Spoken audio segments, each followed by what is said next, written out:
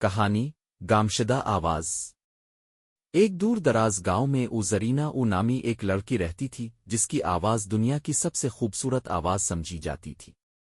پرندے اس کے گانے سن کر راکھ جاتے، درخت جھومنے لگتے اور دریا رک رک کر بہنے لگتا۔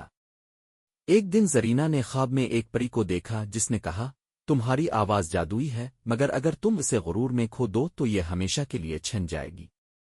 چند دنوں بعد شہر کے بڑے مقابلے میں زرینہ نے حصہ لیا اور جیت گئی۔ اب ہر طرف شہرت، دولت اور تعریفیں تھیں۔ رفتہ رفتہ زرینہ خود کو سب سے برتر سمجھنے لگی۔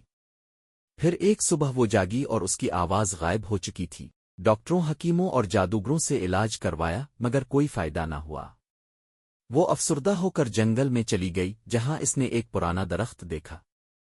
درخت بولا، اگر تم اپنے دل سے غرور نکال دو تو تمہاری آواز لوٹ سکتی ہے۔ زرینہ نے سچی معافی مانگی اور عاجزی سے گانا شروع کیا۔ آہستہ آہستہ اس کی آواز واپس آ گئی۔ اب وہ گاتی ضرور تھی مگر ہمیشہ عاجزی سے۔